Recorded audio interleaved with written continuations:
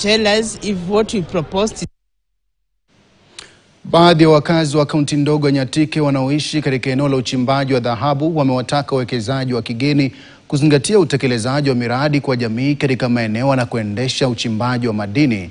Wakiongozwa na Kefas Ojuko, mwenyekiti wa chama cha wachimbaji wadogo madini katika kaunti ya Migori, walisema wawekezaji wengi wamekuwa wakitumia rasilimali za eneo hilo bila faida kwa jamii.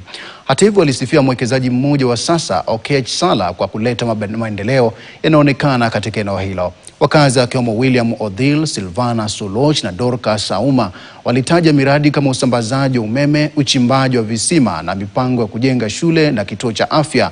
Pia ameajiri mamia ya wakazi wa eneo hilo. Isaac Rawinji, ambaye ni mwenyekiti wa kijamii wa shirika la Osiro CBO, alisema kwamba Okech ameahidi kufadhili wanafunzi wanaohitaji msaada zaidi, KTN ikithibitisha kwamba kuna visima vina ambavyo vimechimbwa na shirika hilo.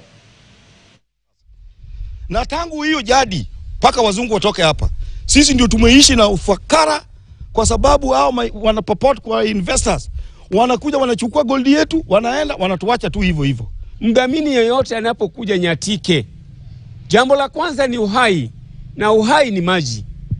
Hakikisha kwamba maji tumeipata. Kuna mwingine alikuja hapo nyuma hakutufanyia venye aliahidi atafanyia wakaaji wa Osiri.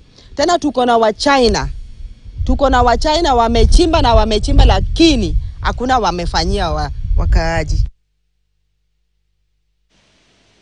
Wafungwa katika gereza